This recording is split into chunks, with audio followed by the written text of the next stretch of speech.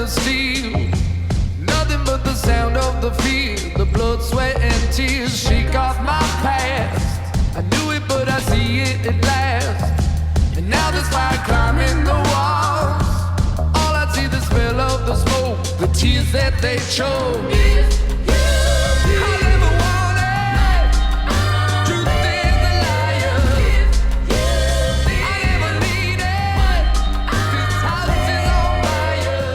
Cars are a big part of American culture.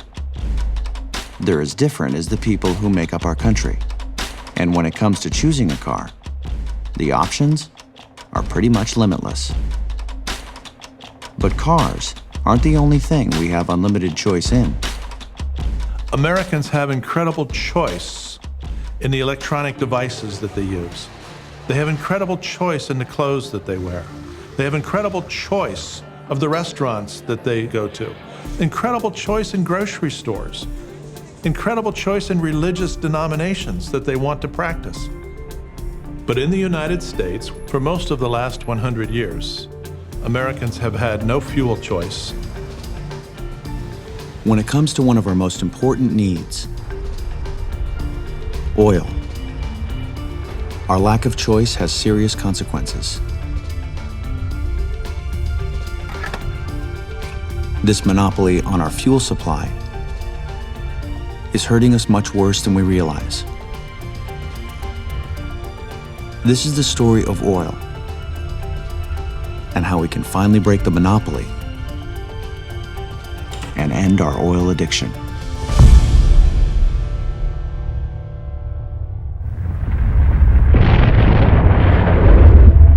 When oil was first discovered, it was refined into kerosene for lamps. It was used for illumination, not transportation.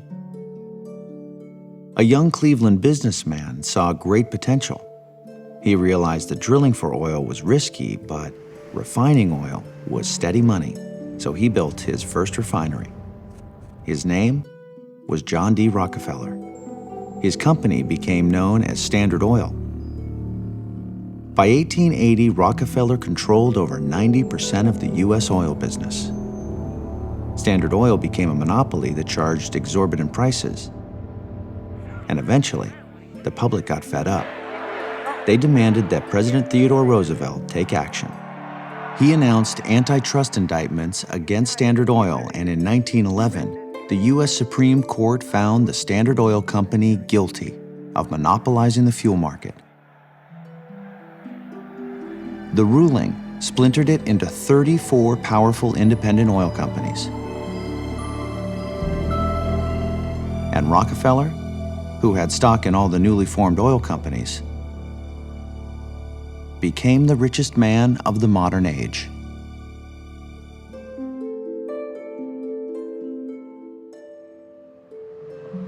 Much has changed since the breakup of the Standard Oil monopoly, but much remains the same. Americans still have no choice in fuel, and the companies that supply that fuel have immense power over our lives.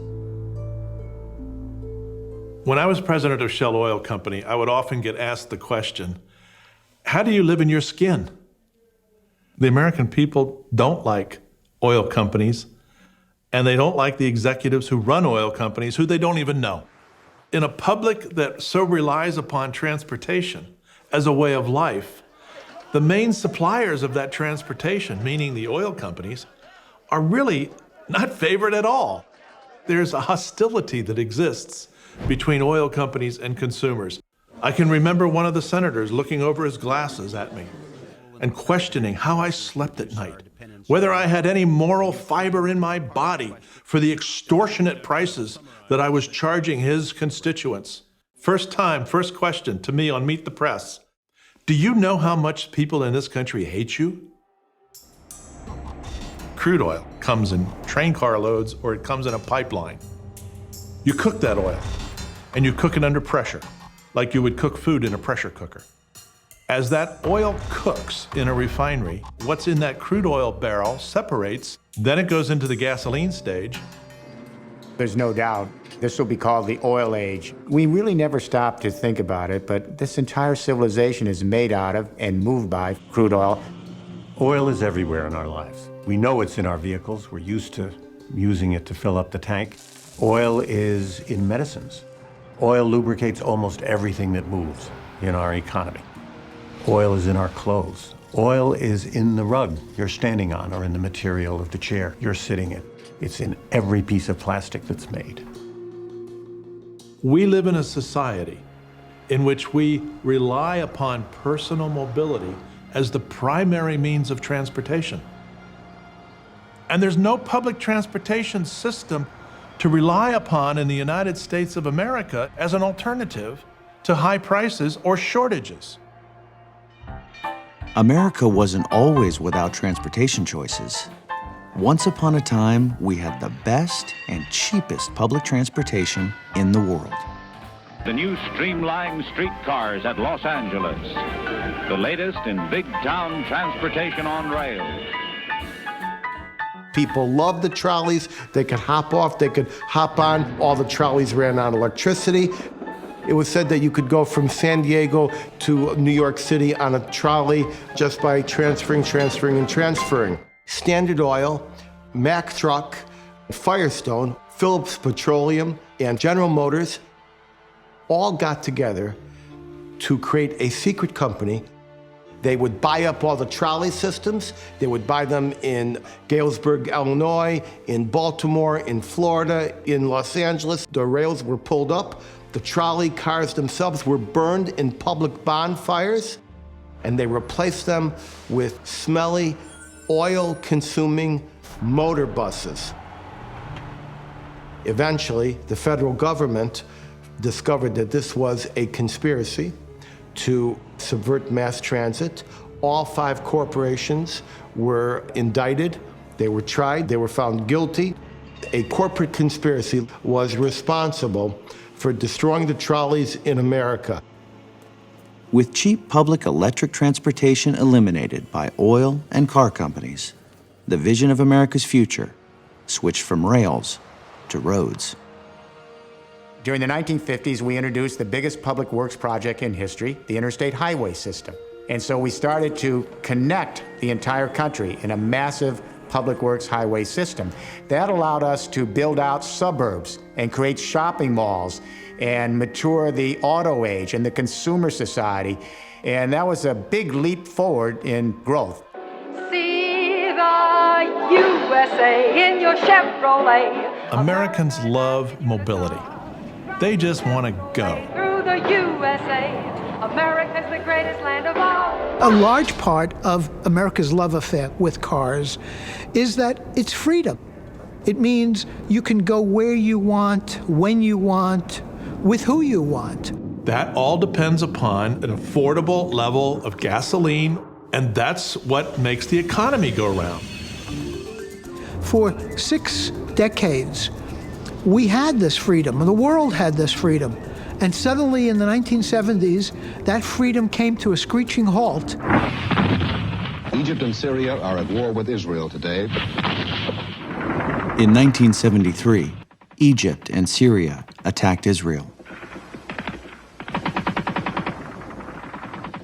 Out of this ensuing conflict, OPEC seized the opportunity to cut the supply of oil worldwide. The oil-producing countries of the Arab world decided to use their oil as a political weapon. The threat was economic. If you don't change your foreign policy, we will cut off your oil supply, and average Americans will not be able to do their basic life activities. It had devastating effects on the American economy. It caused mass unemployment. There were lines to any job that anybody had to offer. We would have to get up at 5 o'clock in the morning because this one station for the entire community would run out of gasoline by 8 in the morning. People could only get 10 gallons. They could only get it every other day. People were angry at not having any power over their life. Now, I got to tell you, Americans, when they stand in a gas line, they're not that friendly. One day I'm pulling into the gas station. The guy knows me. And I notice he's got guns on his hips, 6 shooters on each hip. He said, "I'll fight to the death to protect my gas."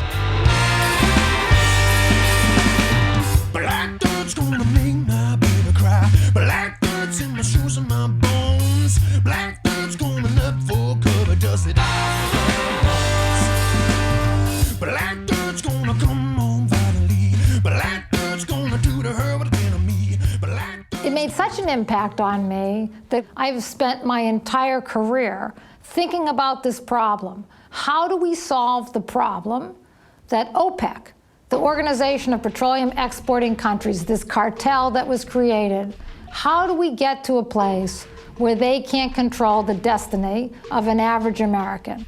OPEC, the Organization of Petroleum Exporting Countries at Saudi Arabia, Iran, Venezuela, etc., sit on 78% of conventional oil reserves. So we're facing a situation in which this market, the oil market, is dominated by a cartel. Now, at the same time, our cars can only use oil. After the shock of the oil crisis, instead of building efficient cars and diversifying fuel types, America chose a different path. It increased the number of countries it imports oil from. And like someone protecting their gas station, America built military bases near almost every major oil installation in the Middle East. America pays about $500 billion a year to maintain military forces whose primary mission is intervention in the Persian Gulf. That expenditure is about 10 times what we pay to buy oil from the Persian Gulf. Of course, we have other interests in the region. It's not all about oil, but it's hard to believe that we would have fought a couple of wars there and sent lots of troops there if Kuwait just grew broccoli. If we could get away from sending our sailors and airmen and soldiers to go defend somebody else's oil fields, you can't even put a price tag on that. There are some people who naively say, well, no, those forces are there to defend democracy. But if that was really true, then we would be every place where there is a problem.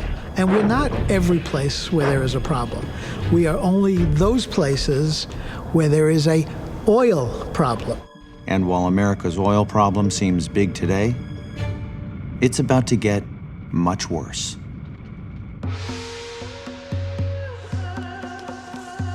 America is no longer the only country with an unquenchable thirst for oil. And as global demand for oil skyrockets, so will the price.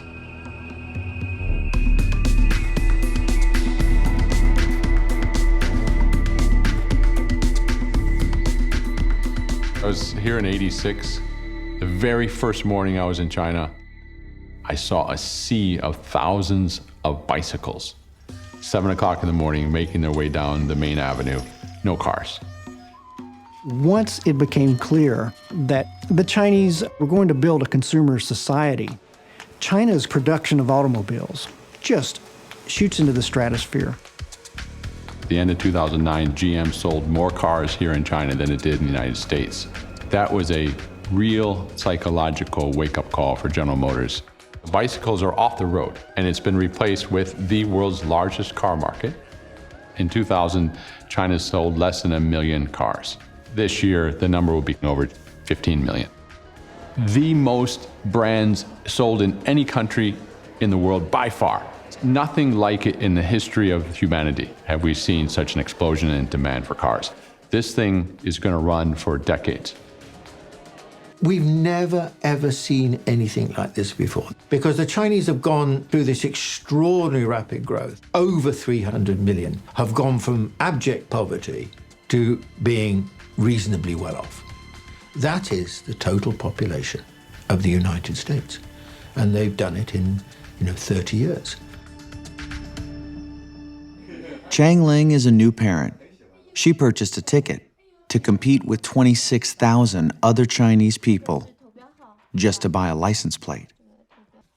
This is the first step in the long process of buying a car in Shanghai, China.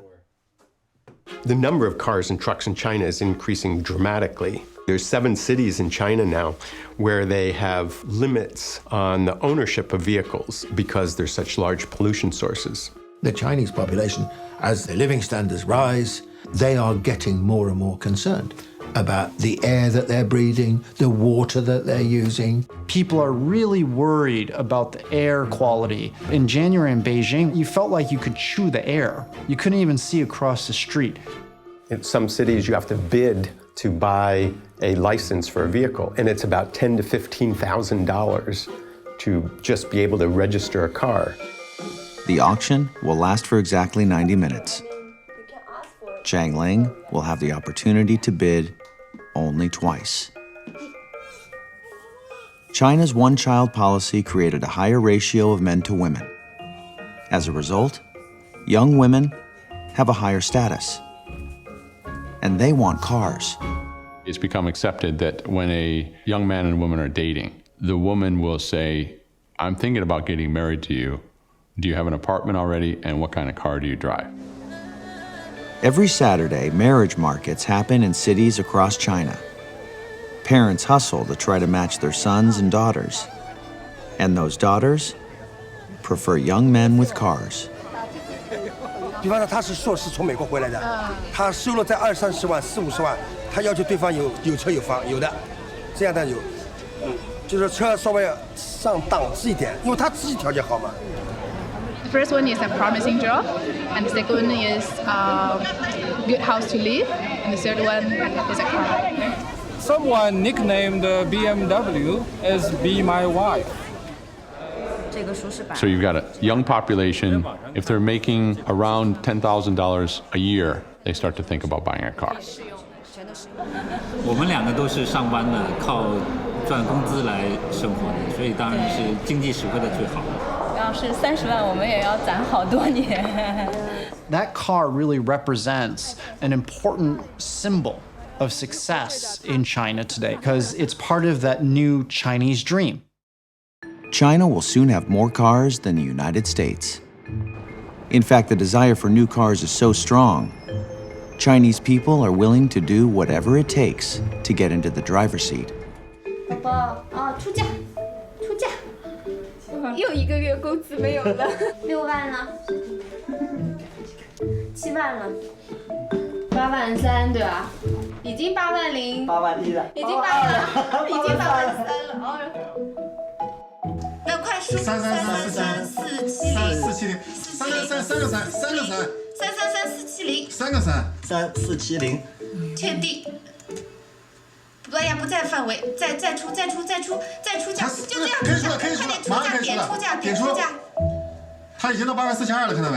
点出价，出价了呀，点了呀，坏了，啊，结束了，啊！但是有点遗憾呢，因为这个月肯定是比较低，我相信下个月肯定比这个月高。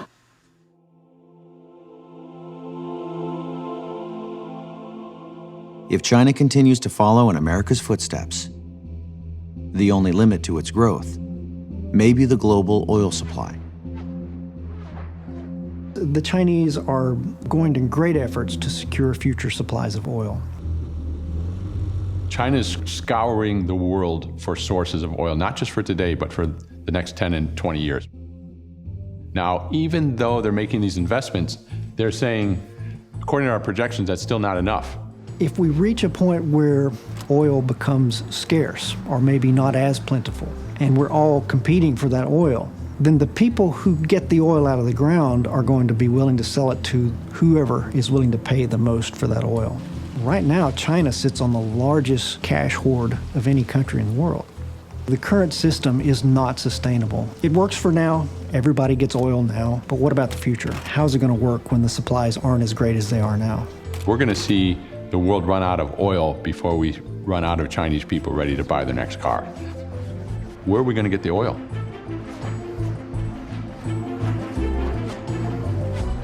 With hundreds of millions of cars hitting the road in China, there's unprecedented competition for oil, driving the price at America's pumps even higher.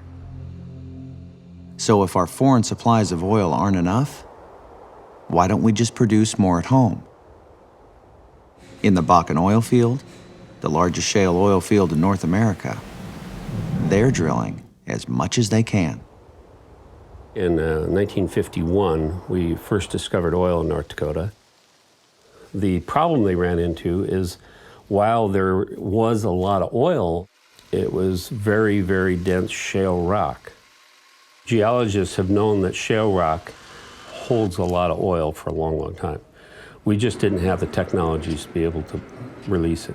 Just in the last few years, we've come up with techniques that are very effective. If you have your gas or oil trapped in isolated little pores, you have to fracture the rock in order to create channels for this to flow. This is done by pumping mixtures of water and sand and various other things down into the formations, which then cracks the rock, and that's called hydrofracturing. The process is also known as fracking.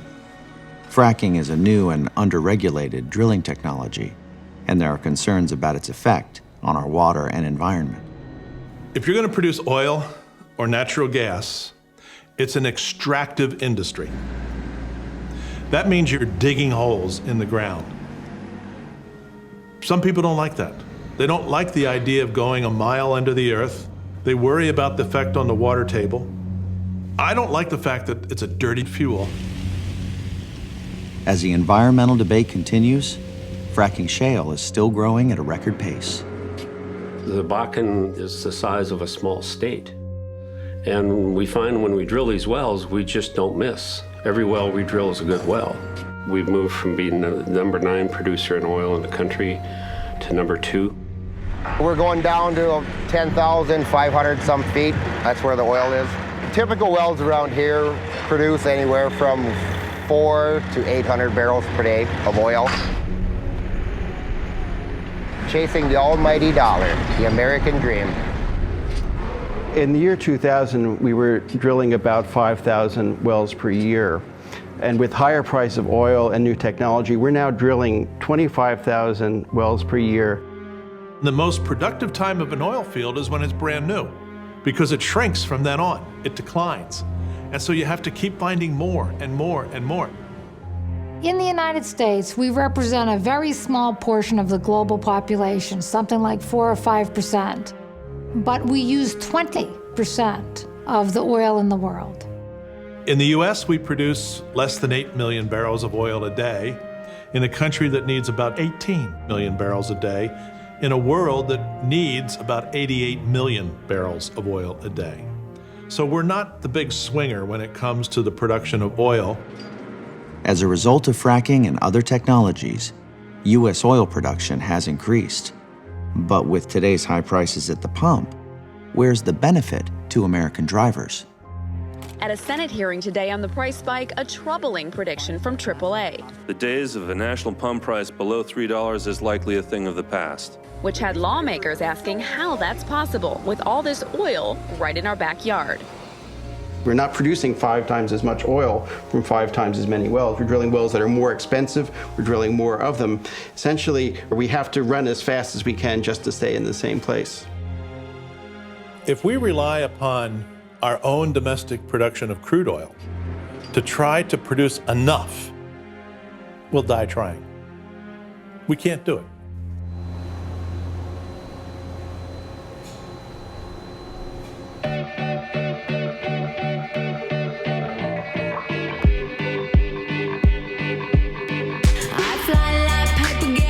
In 2008, a lot of important firsts happened. China hosted the Olympics for the first time. The first private spacecraft was launched into orbit. The first African-American president was elected. And on July 11th of that year, there was another important first. The price of oil hit $147 a barrel, the highest price the world has ever seen. When oil began to go over about $80 a barrel in 2007, we saw something very interesting happening. All the other prices for all the other goods and services started to go up. Most of the people who follow the price of oil for a living say it's headed for $100 a barrel and quickly, as early as tomorrow, and that will be very bad for virtually every facet of American life. When oil hit about $122, $123 a barrel in early 2008, we had food riots, you recall, in 22 countries. Let's take a look at the oil market itself. Today, the price, as we told you, we'll tell you again before this show's over, $132 a barrel. When oil hit $147 a barrel in July of 2008, all the prices across the supply chain for everything we buy went through the roof. And in that month, July 2008, purchasing power shut down all over the world. It seems that everything is costing more. Food costs expected to rise 4% this year. And since everything you buy in a store gets there in a truck powered by diesel fuel, you'll probably pay more for things at the store because of that. Half of America makes less than $50,000 a year for their families. When oil prices rise, their pocketbooks are constrained almost instantly. You got to choose. Do you want to go rent movies or go to the movies with your kids, or do you want to, buy gas and be able to make it to work? So it gets rough. A lot of people, have to choose between medicine and groceries and gas, so it hurts. Es imposible para mí, para mi familia, llenar mi tanque. Whatever happens to the price of oil, it has a dramatic impact on every American that has a car, on every business that needs fuel. It ripples through our economy. Just 60 days after oil hit $147 a barrel, there was another first. For the first time in history, the stock market fell a record 777 points in a single day. The worst day on Wall Street. The market fell as if down a well. We're down over 16%. Because we're now down 43%. The Dow traders are standing there watching in amazement, and I don't blame them. We have hit an end game for the era of crude oil, and that was July 2008 at $147 a barrel. And that was the economic earthquake. The collapse of the financial market 60 days later, that was the aftershock.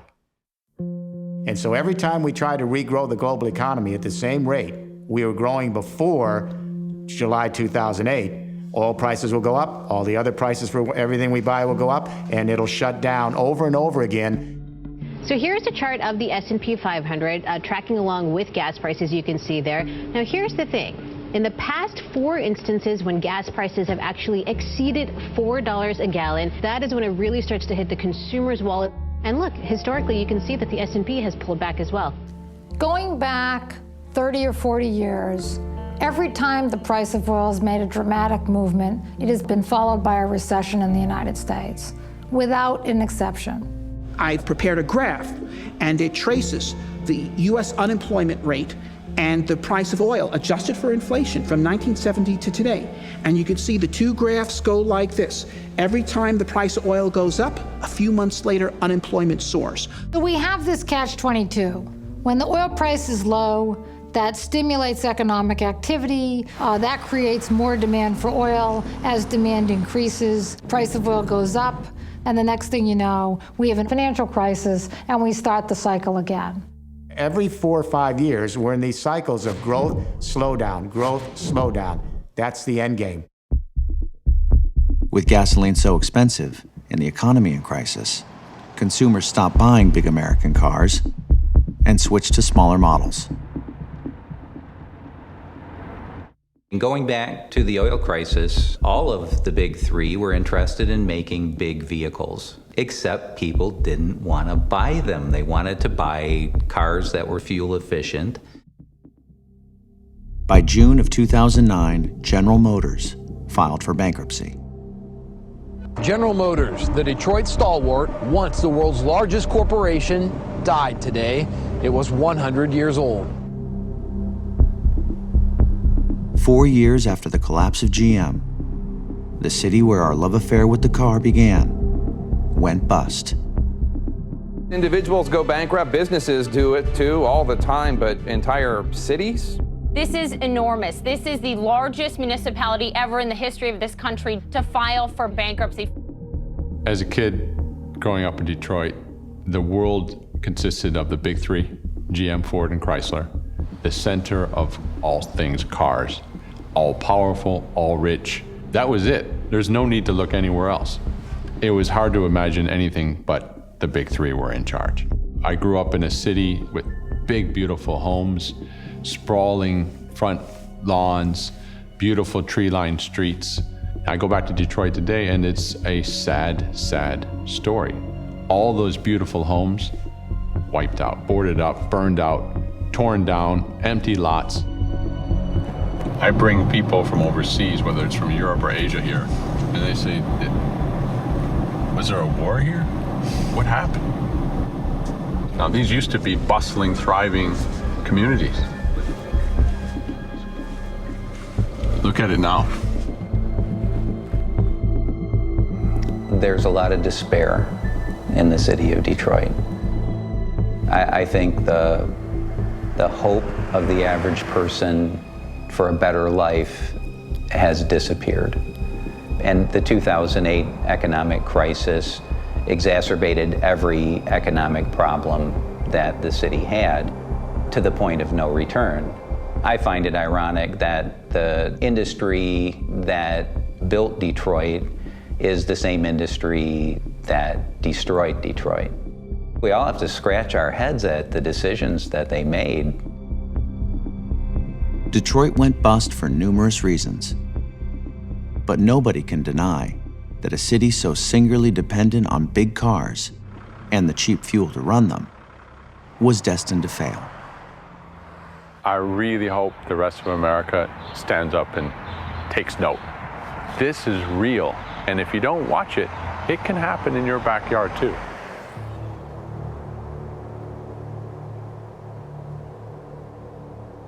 You can hear the clock ticking.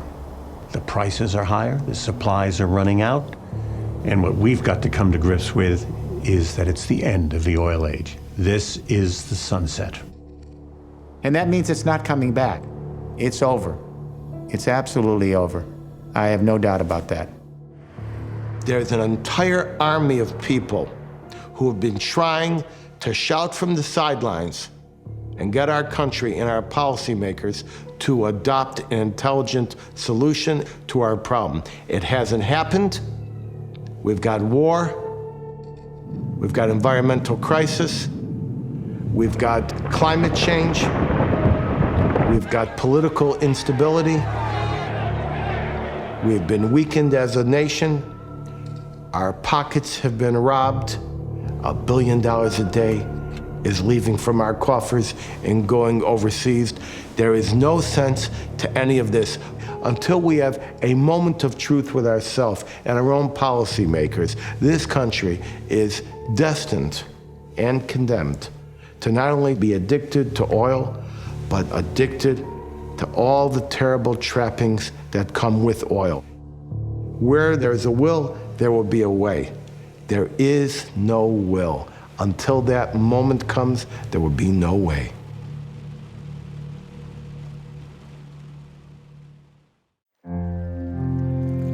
The truth is, we've become dependent on our most important single resource.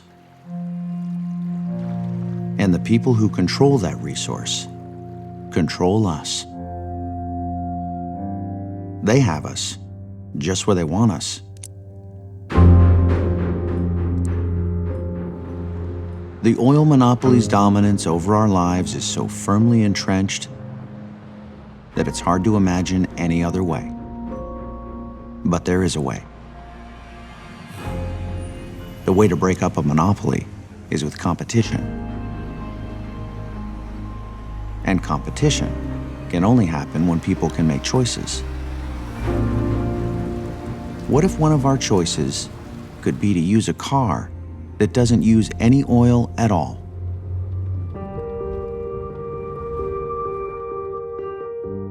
In the early days of the automobile industry, automakers were experimenting to find the technology that would best power the horseless carriage. And their first choice was a motor powered by an amazing new source of energy: electricity. But the battery technology of the day limited the range, and the cars were prohibitively expensive.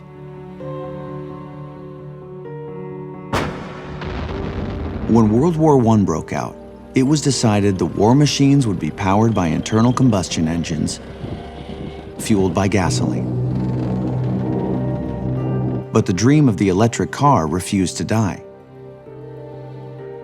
A brilliant scientist who worked in Thomas Edison's lab quit to develop his own ideas. He would go on to invent radio, X-rays, fluorescent lights, remote control, wireless communication, lasers, and robotics. But perhaps his most important invention was a revolutionary electric motor. His name was Nikola Tesla.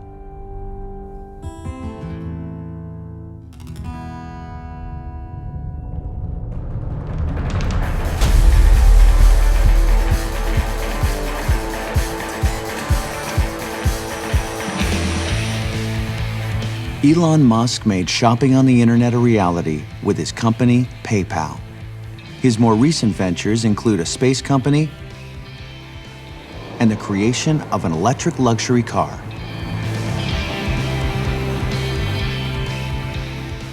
When I was about 12 or 13, I learned that you could be an inventor, and I was reading about people like Nikola Tesla and Thomas Edison. So I thought, well, if I could invent things that people found useful, that would be a great thing to do. What we're really showing with the Model S is that it's possible to create a compelling electric car that's aesthetically appealing, has long range, good performance, and that competes with the best of the premium gasoline cars. That was something that the industry did not believe was possible. Jean-Paul DeJoria is the owner of a hair care line and a famous tequila brand. He's also the owner of a solar panel installation. These are the panels that help create the energy to power the Tesla. From the sun to the car. Isn't that amazing? Back in 1987, my partner and I built one of the first solar energy cars to race across Australia. And we knew one day in the future, by gosh, this technology is gonna go, and it has. What kind of an engine runs this? There isn't any engine. This is a space for luggage. Around back, the trunk is for luggage. So you have all this extra space. Well, they really thought this one out. Electric cars are here. The success of the Tesla S prompted other car makers to roll a fleet of new electric cars onto America's roads. The lowest price model is under $20,000. Almost all of the electrics have at least a 100-mile range, and their batteries are generally guaranteed for 100,000 miles. What you're getting with an electric vehicle is a huge savings on a monthly basis because you're avoiding the pump and you're paying the equivalent of $1 a gallon gasoline. The biggest part of the cost for an electric vehicle is the battery. Right now, the battery of choice is lithium ion. It's the same kind of technology that's in your laptops and your cell phones. And that means the manufacturers learn how to make these batteries cheaper. In the next 7 years, we'll see battery prices probably cut in half. In 10 years, maybe a little less than 10 years, there will be long-range, compelling, affordable electric cars for all price ranges. In the future, I think there will be no gas stations. People will all have electric cars. They will charge the cars primarily at home and sometimes at work. And for long distance travel, there will be fast charge stations where you can charge your car very rapidly and conveniently. Probably the biggest value that Tesla will have on the automotive industry is not the cars we make ourselves, but what we convince the industry can be done. Despite the potential of EVs to be powered by renewable energy, most of today's electricity comes from natural gas, coal, and nuclear. The only way to have solar and wind be effective as a supply source is if you have an electric car, because we don't use oil to generate electricity in this country. And right now in this country, we have 100 or 120,000 electric vehicles. And we have 250 million liquid fuel vehicles. The time it will take us before everyone in the United States switches over to driving an electric vehicle. When's the next time that you, the viewers of this movie, are going to buy a new car? So when I describe the future of what's after the internal combustion engine, people say, how long will it take? I think it'll take 3 to 4 decades. Eventually, most of our cars will be run by electric motors. But what about the hundreds of millions of internal combustion engines on the road right now? How can a country drastically reduce its need for oil in the world we live in today? Well, kind of like this.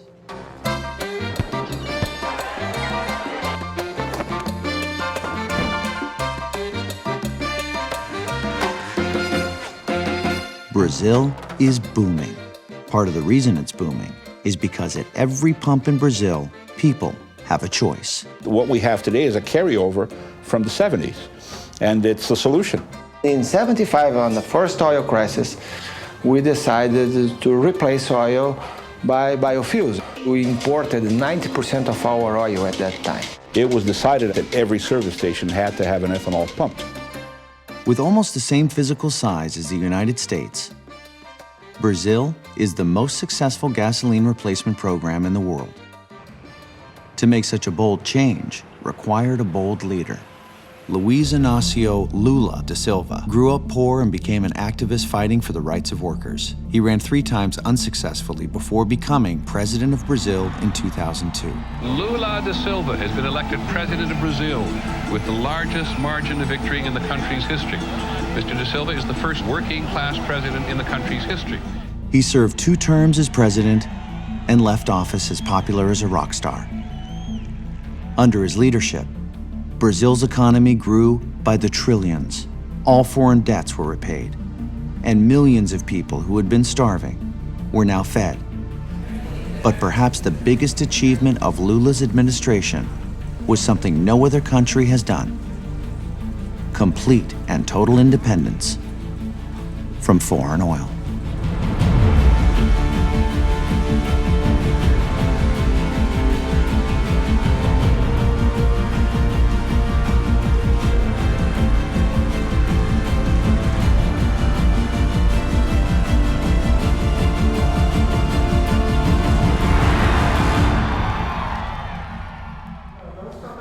Você fica assim conversando com ele. Mas aí o senhor vai ficar ouvindo a minha introdução. É muito chato, o senhor vai ter que ficar ouvindo a minha voz. É? Melhor tirar e... Que tínhamos capacidade de produzir e que tínhamos capacidade de ter um combustível menos poluente. Começou-se a produzir no Brasil, então, carro flex fuel. With the choice of fuel now at every pump, the next task was to create a car that could take advantage of that. Enter the flex fuel car. Carro flex fuel, que você pode utilizar 100% de gasolina, 100% de etanol, 50%, a mistura que você quiser fazer, e o carro funciona adequadamente. If you take a car, gasoline car, to make it a flex car, that means it can take 100% ethanol, costs per vehicle no more than $150. That's how much it costs. Uma pequena adaptação no módulo, e aí com isso o carro consegue funcionar normalmente. And sure enough, they hit a nerve. The consumer loves it. People in Brazil used to say, if I can have the option of choosing the fuel, why not? Here we have a permanent competition between ethanol and gasoline in all gas stations, which is very good for the consumer. Hoje eu abasteci com álcool e dou preferência a abastecer com álcool. Para mim ele é mais econômico e carro que anda bem, é durável, estou satisfeito. Além de ser mais barato, a gente tem uma produção muito forte no Brasil. Ethanol is alcohol that's made by fermenting sugars. Ethanol can be made from a wide variety of substances, but in Brazil, they use a crop they've been growing for 500 years. The food versus fuel debate really doesn't work in Brazil because there's nothing being displaced in order to make ethanol. You're talking about millions of hectares that are not planted with anything. The fact that you're planting sugarcane to make ethanol is not displacing any food production.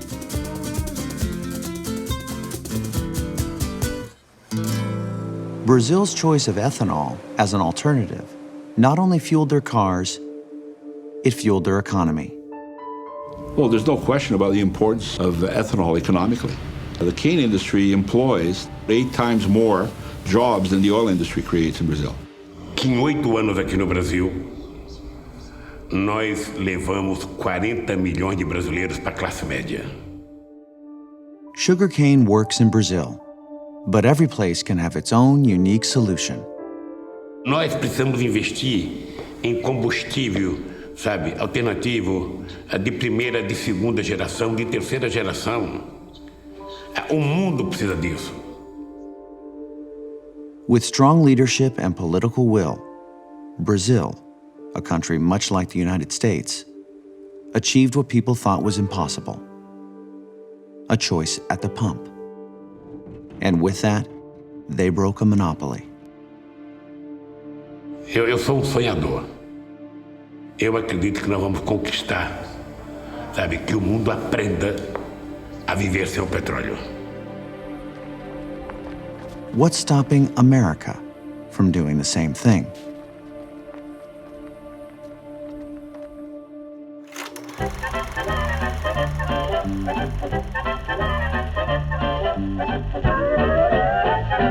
When Henry Ford decided to use an internal combustion engine in his automobile, his fuel of choice was alcohol.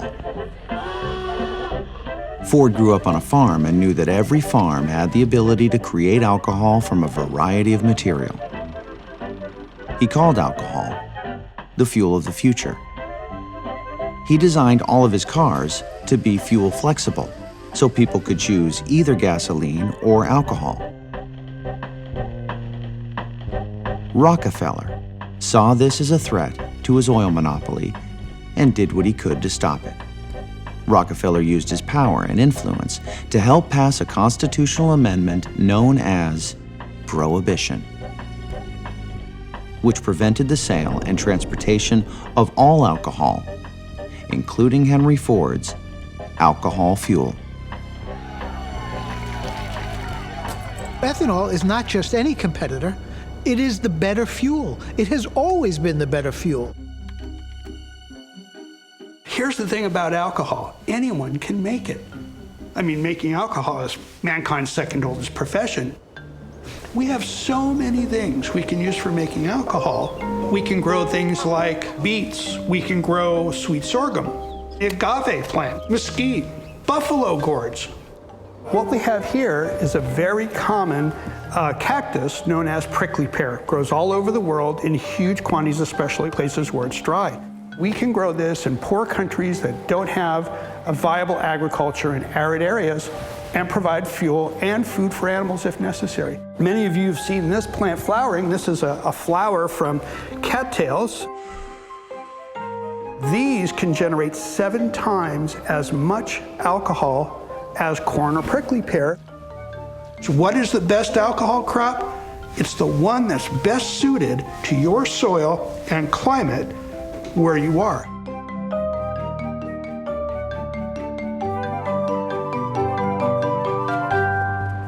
In the United States today, alcohol fuel, or ethanol, is distilled at hundreds of refineries all over the country.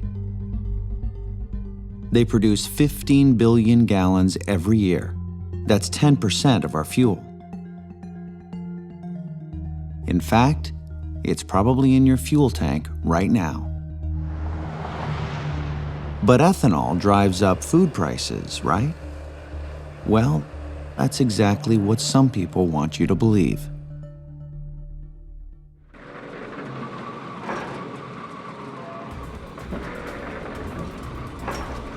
The same industries that fought ethanol 100 years ago are fighting it today. When oil prices increased in 2007 and 2008, it prompted a wave of interest in biofuels and put the oil industry on edge. According to internal emails obtained by Senator Chuck Grassley, a conglomerate of organizations hired the DC-based PR lobbying firm Glover Park Group to come up with a way to discredit the biofuel industry. This anti-ethanol campaign is not just a coincidence. $300,000 6-month retainer of a Beltway public relations firm is behind the smear campaign against ethanol. Their strategy was simple. The cost of food had soared due to the oil price spike, but they would pin the increased food price not on oil, but on biofuels. Their plan worked perfectly. Turning corn into fuel was widely considered a smart way to reduce U.S. dependence on foreign oil, but now the idea is being challenged because of the worldwide food crisis. We are burning our food supply. The anti-ethanol fuel campaign tried to hide this essential fact. The byproduct of the ethanol process is food. Lots of food. From 2006 to 2012, we had record surpluses every year, and we had 1.5 billion bushels of surplus corn almost every year of that period. It was mountains of it all over the Midwest. The corn that everybody is so worried about that we're taking out of people's mouths, well, that corn doesn't go to humans anyway. That corn is being grown mostly as animal feed. And one of the best animal feeds is not corn on the cob, but it's distillers grains, which is made from corn. Now, the funny thing is that in order to make distillers grains, you have to go through the fermentation distillation process, which creates ethanol. When the press says 25% of our grain goes into an alcohol plant, the assumption is it's been destroyed. But what they don't mention is in goes the corn, and out comes ethanol and animal feed. In order to feed cattle, well, you have to make ethanol. Well, as long as you can make ethanol, you might as well use it for the vehicle. It's not food versus fuel, it's more food and fuel. If you keep capital in your community, that capital gets used. And suddenly you're not just energy self-sufficient, you're financially self-sufficient. We're talking about communities saying we're going to make our own fuel. We're going to all chip in money and have our own little distillation plant. If we can simply just change the way we make that fuel, the way we buy that fuel, from whom we buy that fuel, there's no longer an economic problem.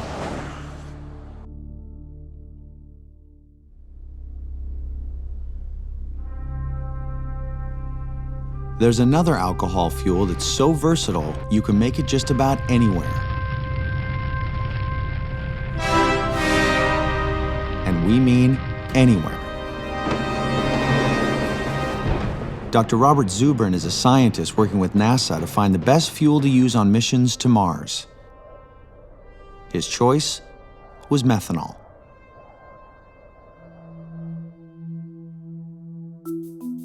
Methanol, also known as wood alcohol, is the simplest alcohol you can make.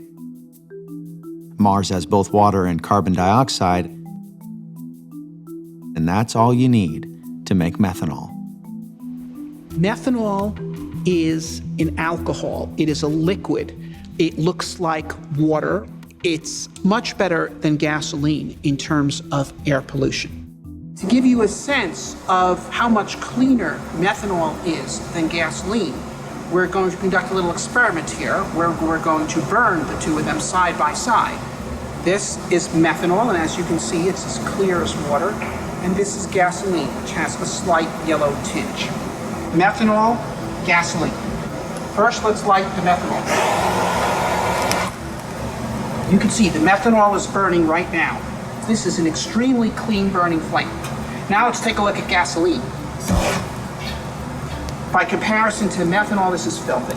It's got soot, it's got particulate emissions. That's what you're putting up into the air when you burn gasoline. And look at the residue. Methanol, there's no residue at all. It's a completely clean burning fuel. They're also safer than gasoline cars. They're much less likely to catch fire in the event of a crash, which is why race car drivers have preferred methanol for decades.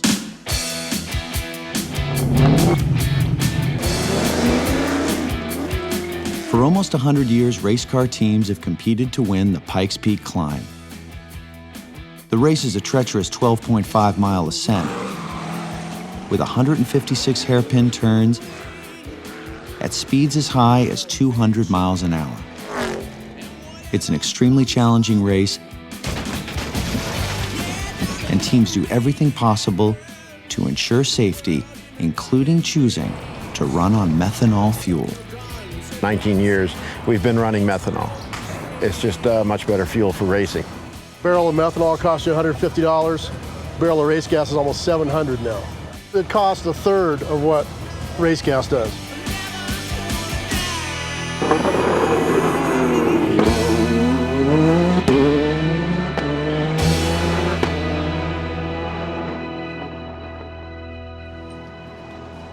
If methanol is so great, why isn't it available at the pump? Well, not that long ago, it was.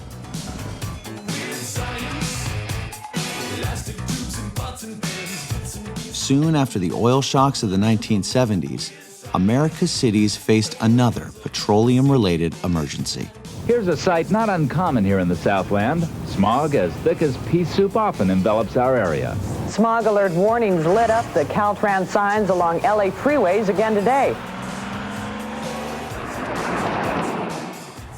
As a way to clean up vehicle emissions, California began to test methanol. In 1981, the state government convinced the Ford Motor Company to specially make methanol cars. Volkswagen joined in, producing their own methanol cars. A number of trucks and buses also started running on methanol.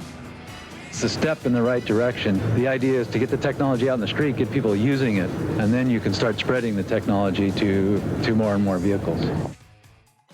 I started working on the methanol program in 1979. The California Energy Commission, or CEC, was a motivator for this by working with the oil companies and getting the majors to all participate by putting in methanol-compatible dispensers in their branded fueling stations. It was a shotgun marriage, so to speak. The oil companies at that time, I think, felt that this was a good thing to try, but as soon as they found a way out, they did. That way out came in 1990, when Congress passed amendments to the Clean Air Act. The federal government decided to require oil companies to clean up their gasoline by adding alcohol fuels like methanol. But instead of blending methanol into their gasoline, Big Oil came up with a different plan. They created reformulated gasoline. Reformulated gasoline contains chemicals that help clean up vehicle emissions, but some of those same chemicals cause cancer. The oil industry basically said, I have a new gasoline for you that does the same thing as methanol. And by the way, we think that that product will be cheaper than methanol. In the end, the oil companies won and methanol lost. There is no competition now at the pump. There would have been that competition had methanol stayed in the marketplace. But we lost that benefit. The materials that can be used to make methanol are extremely plentiful and cheap. It can be made from anything that either is or was once a plant. It can be made from coal. It can be made from natural gas. Right now, the United States is having a natural gas production boom. We have so much natural gas that we are flaring it so much that you can see it from space. Today, methanol is primarily made from natural gas. The question of whether natural gas is going to play a role in this energy transition. There's a lot of burden on this industry to prove that it can be clean. There are clearly ways the industry can improve its practices. Love it or hate it, natural gas is likely here to stay. According to the Department of Energy, as a result of fracking, production of natural gas in the United States is projected to increase. And by 2020, there could be enough additional natural gas to replace half of our imported fuel with methanol. But there are other ways to make methanol too.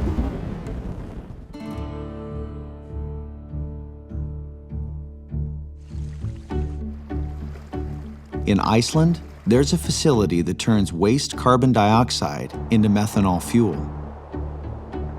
Their carbon recycling system takes CO2 from natural geothermal steam, combines it with hydrogen made from water, and voila, methanol. When the plant is full capacity, we produce 5 million liters a year. Carbon Recycling's test program runs a number of cars on M50, a mixture of 50% methanol and 50% gasoline. In the near future, carbon dioxide could be the perfect source for methanol fuel. For now, there's another practical, plentiful, and cheap resource from which to make methanol. At the Oak Ridge National Laboratory, the U.S. government has been studying how much fuel can be made from biomass. The Oak Ridge study was originally designed to look at how much biofuel we could make in the U.S. using biomass. What they came up with was 1 billion tons. They did the study twice because people were so shocked by the number at the time. What is biomass? Biomass means ordinary wood, clippings, yard waste, agricultural waste of all types. It can mean municipal solid waste. It can be animal renderings and fats and wastes and greases and oils, all kinds of waste residues. The United States generates 240 million tons of trash every year, and about 160 million tons of it ends up in landfills. That 160 million tons could be converted in a device like this to 15 to 16 billion gallons of methanol. There's 1 billion tons of available biomass that can be affordably aggregated for biofuels without affecting other users of biomass. That's about the entire United States gasoline supply, so really there's enough to replace all of it. 1 billion tons of biomass makes about 210 billion gallons of methanol. But to be conservative, let's say we could only convert 50%. That still equals enough fuel to run half of the cars in America. The cost to build methanol refineries? It's about $420 billion. But that's less than 1 year of operations in the Persian Gulf. Now, you can't go as far on a gallon of methanol. So for example, if methanol costs $1.20 per gallon, the relative cost would be about $2 a gallon for domestically produced fuel that's made from a multitude of sources.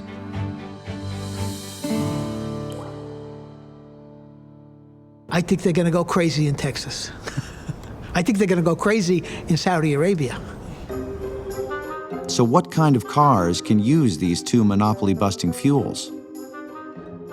In the 1980s, methanol cars held promise for cleaning up California's air. There was just one problem. When the cars were too far from a methanol pump, they needed a way to fill up on gasoline. Once again, the Ford Motor Company came up with a solution.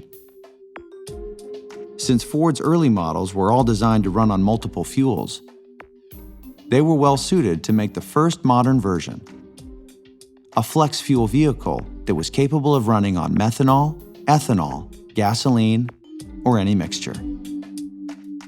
Today, there are 9 million modern flex fuel cars on the road.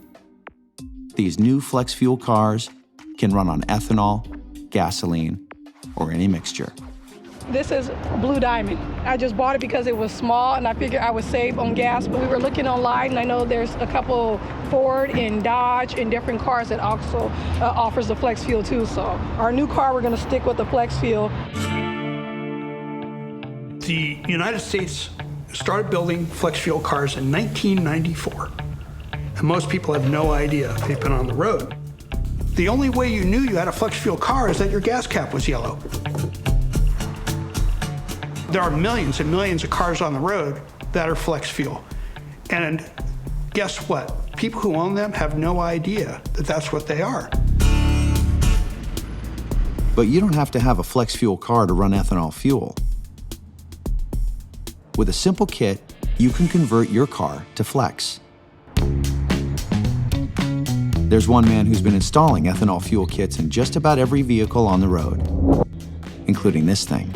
Black axe to a man at the gate, awaiting new state. Something Paris has said. Using technology from Brazil, Alex Conger developed a small computer that allows any normal gasoline car to also accept ethanol fuel. We've done Lamborghinis, we've done 12-cylinder Mercedes, we've done Porsches.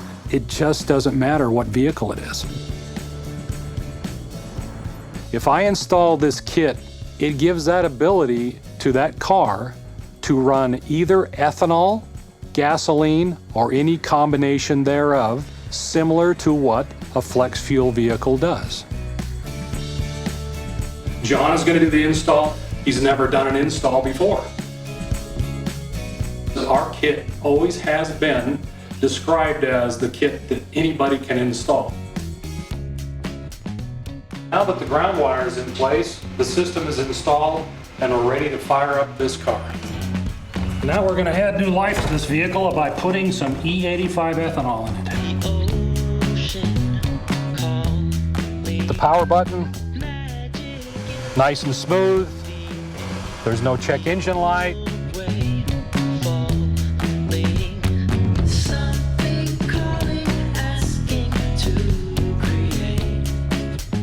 But what if you don't need a flex fuel car or even a kit? What if the car you drive today already contained technology that could enable it to run on gasoline, ethanol, or methanol? What if the only thing that prevented that from happening was a simple software update of the car's computer? I've been on the assembly line at Ford. I've gone from the start of the fuel system at the tank all the way to the fuel injectors. There is not a single item that is different between the alcohol version and the non-alcohol version. And at the end of that process, I asked the guy, what's different? We haven't seen any differences so far in parts. He goes, oh, it's the software. Americans love cars, and they love computers. When they find out that a simple piece of software is what stands between them and a choice at the pump, well, let the hacking games begin.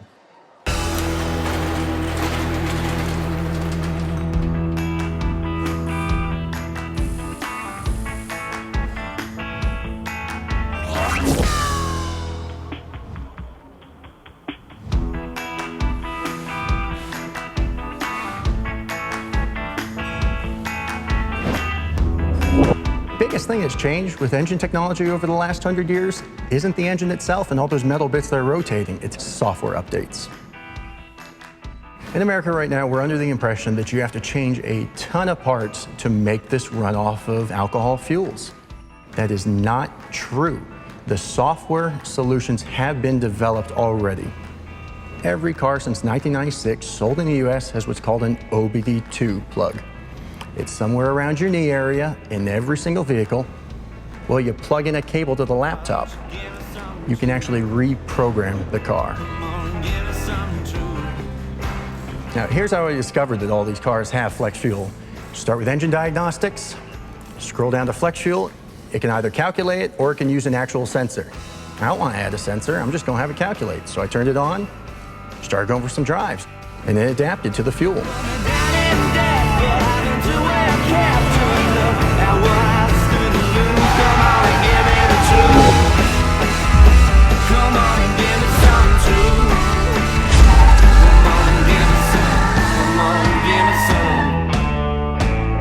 I've been able to test this Cobalt as a flex fuel vehicle on ethanol, gasoline, methanol, and various blends between them.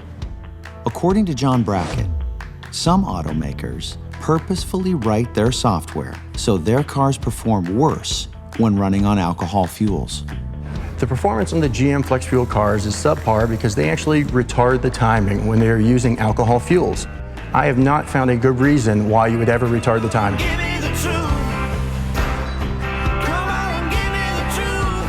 I don't think the car companies are going to be the ones that enable flex fuel. I think it's going to be Americans. It is going to be the people that want to change their cars, that want to tune them, that want to customize them. That's the best part about being an American. We don't like it, we'll change it.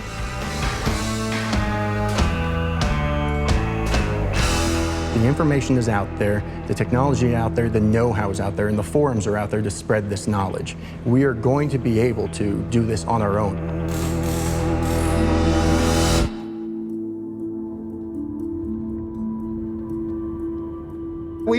have the technological ability and products to stop using oil right now. The American manufacturers know how to make these cars, and they're not making them.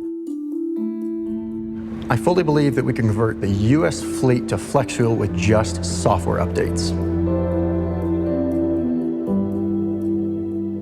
With America's entrepreneurial spirit and the software secret now exposed, it's only a matter of time before the potential of most cars to be fuel flexible is unlocked.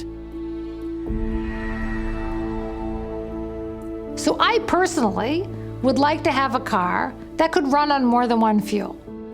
But one of the hardest things about breaking the monopoly is actually not getting the car.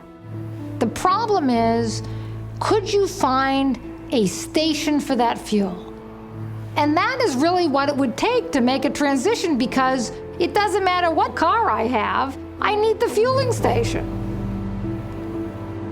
So how does a person find a pump near them that sells alternative fuel? The same way you find everything else today. A quick search online will show the nearest pumps and even link to apps that can be downloaded to a smartphone that can direct you to a station. And one of those stations you might arrive at is this one. Phil and Cheryl's is one of less than 3% of American gas stations that are fighting against the single fuel monopoly. They are big advocates of choice at the pump. I've been in the gasoline business my whole career. Selling ethanol products at our convenience store is a moral obligation. We feel like we're doing the Lord's work. And it's actually surprising, a lot of older model cars you can use E85 even though they're not labeled as flex. E85 is a mixture of 85% ethanol and 15% gasoline. It's the highest concentration of ethanol sold at pumps in America. If somebody comes up with an older Tahoe or a Suburban, I go out and I ask them if I can look in their car. And I'll look in their gas cap and it'll say E85 or unleaded. Then I tell them, well, you could use E85. They didn't know that they had any options. They're so excited. Once they try it, they usually come back and buy it again. The oil companies invented the pump. They control it, and they've done a pretty good job of enhancing it and creating a pretty good fuel experience over the years. What's going to break the monopoly at the pump is entrepreneurs who build alternative distribution. It's time to build that kind of infrastructure. We are at a Propel Clean Fuel Point in Redwood City, California. A Clean Fuel Point is a pump that we install on a partner property. In this case, it's a Valero station, and we offer 2 renewable fuels at that pump. The fact that E85 is a little bit cheaper than gasoline is definitely what initially draws a lot of people in off of the street. It's much cheaper, and I understand it runs smoother on flex fuel. What's the gas station of the future going to look like? It's going to look a lot different than today's. And one of the reasons is not just biofuels, but look at natural gas coming along. That's a very inexpensive source of fuel as well. Todd's is one of a number of businesses that convert vehicles to run on CNG, or compressed natural gas.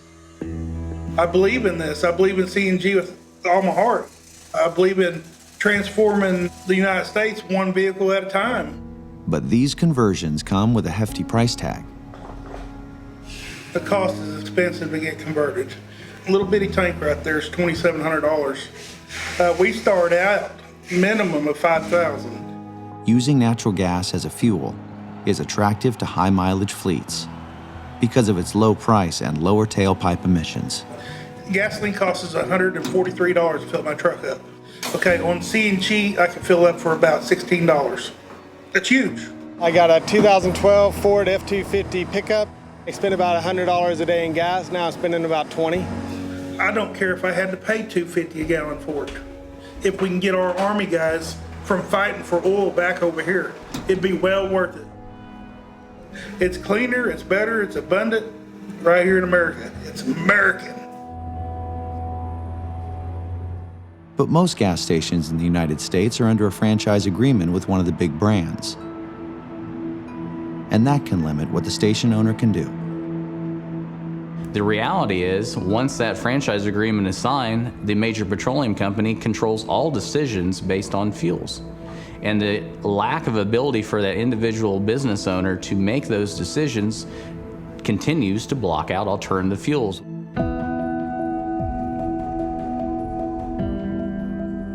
Of the 120,000 gas stations in America, almost 1/3 are independently owned. But independent gas station doesn't just mean small. All those large chain stores with gas stations, yep, they're independent too. So what if they started selling ethanol and methanol? The service station of the future, the smart ones, are going to see that serving the large number of customers and giving them what they want is the right way to go, rather than trying to force them to use essentially a monopoly fuel. The pump is where the oil monopoly exerts its power. And by using a combination of electricity, ethanol, methanol, and natural gas, the pump is where America can take that power back. It's almost unfathomable to me that we won't allow the market to solve this problem. We've dealt with cartels and monopolies before. We know how to do this.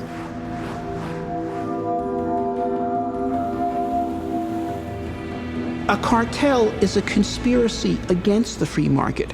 Adam Smith discusses this, and he makes it very clear that it is entirely appropriate for governments to move to break up cartels.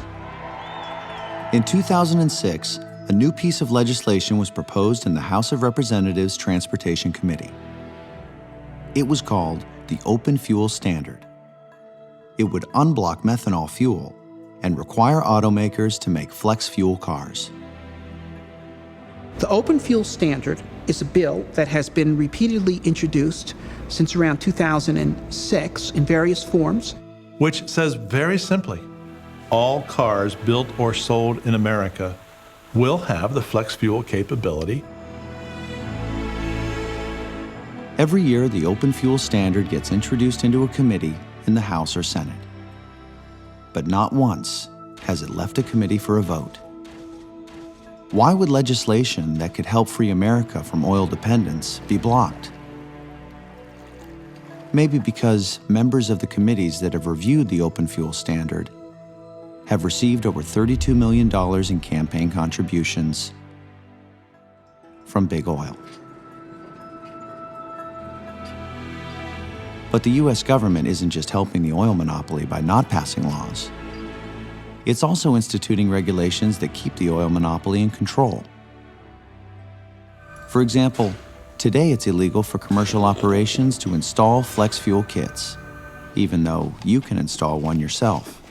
And pouring anything into your car not specifically designated by the manufacturer is also technically illegal. Finally, hacking your car? You guessed it, illegal. So whose side is our government really on?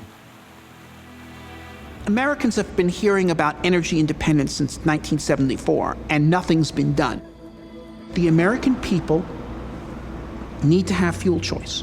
And for those who say, no, we don't want to do that, they need to answer the following question. In whose interest is it that the American people do not have fuel choice? There's been a monopoly on the fuel system of cars built and sold in this country. It's time to break that monopoly. It's time to give Americans choice. People are starting to realize to make the changes needed, they can't rely on government. They can't rely on corporations. They have to rely on themselves. While oil companies profit from a one-fuel system, the people suffer because of it. And those people are starting to channel their anger into action. What's important is we need fuel democracy and fuel choice, not fuel monopoly. We've got to find a path forward that uses fuel more efficiently, that uses fuel that pollutes the atmosphere less, and that uses fuel that we can afford. after 5 years in a row of rapidly rising crude oil prices carries over into pain at the pump, I think it's a reasonable alternative to have fuels competition. It would enable us to use other than just pure gasoline or pure diesel to power our vehicles so that we can open up the economy and reduce the cost of fuel to Americans. If the consumer could freely decide to run on either gasoline or an alternative fuel, very quickly gasoline would be forced to compete at the pump. And what this would do is put a permanent constraint on the price of oil. The price of fuel would come down. It would create millions upon millions of jobs. It would lift this enormous tax that is being placed on our economy. It would stop the flow of wealth from the free world to the oil cartel. The benefits would be enormous. We bailed out the automakers. The one thing we didn't do is give a return on that money to the American taxpayer as a whole by demanding from the automakers to open their cars to fuel competition, as they have said for years that they are willing to do. Let's do for ourselves what the rest of the world is doing for themselves by opening up choice. If people want fuels from natural gas, people want fuels from biofuels, people want batteries, let people choose what fuels they want to buy. It is as American can be. Everybody should have the right to choose the future they want. And the choice for a better future begins at the pump.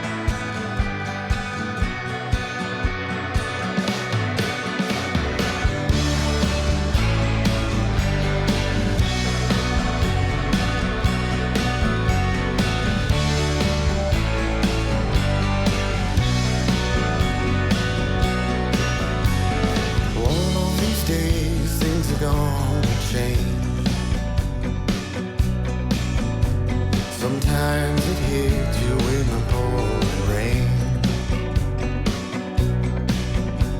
You can't turn your back, you can't walk away. What's the history books gonna write down and say? One of these days, things are gonna change. One of these days, things are gonna change. Gonna have to promise some, got to make some decisions. The man in the suits are just being some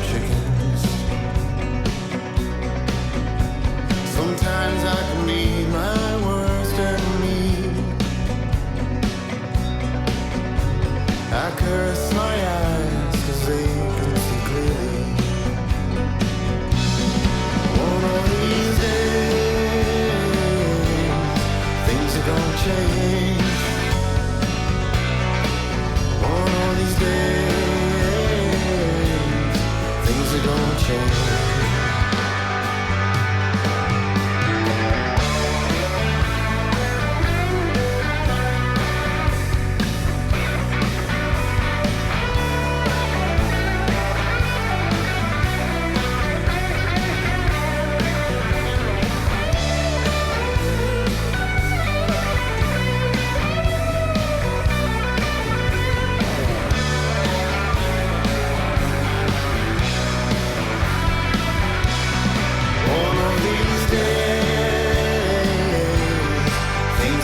Change. One of these days, things are gonna change. One of these days, things are gonna change.